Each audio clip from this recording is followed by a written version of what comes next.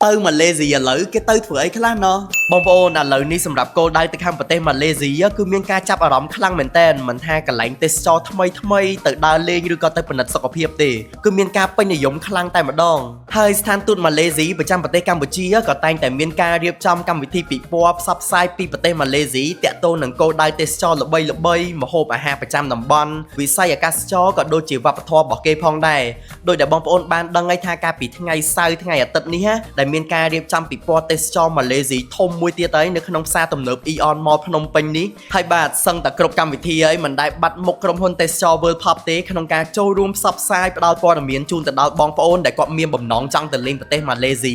ថាបើចង់ទៅលេងគួរតែទៅលេងនៅណាទៅបែបមិនឲ្យសប្បាយហើយបើចង់ទៅពិនិត្យសុខភាពគួរតែដឹងពីព័ត៌មានអីខ្លះហើយនៅក្នុងកម្មវិធីនេះ World Pop ក៏មានការលេងហ្គេមយករង្វាន់និងចាប់ឆ្នោតយកសម្បត្តិយន្តហោះទៅលេងម៉ាឡេស៊ីទៅមកដល់ទៅ2រង្វាន់ទៀតណអ្នកឈ្នះកុំភ្លេច comment ក្នុងវីដេអូនេះផងណា admin សុំមើលអ្នកឈ្នះតិចមើលបាទហើយសម្រាប់កម្មវិធីថ្មីរបស់យើងទៅកាន់ប្រទេសម៉ាឡេស៊ីនេះមានដូចជាទៅកាន់ទីក្រុងអ៊ីប៉ូកោះពេណាំងនិងកូឡាឡាំពួររយៈពេល4ថ្ងៃបាទគឺថាគោលដៅថ្មីនេះប្លែកហើយចាប់អារម្មណ៍មែនតើសូម្បីតែ admin នេះក៏ញ័រចង់ទៅលេងដែរហើយក៏ចាប់នេះវិញសម្រាប់ក្មេងៗ Gen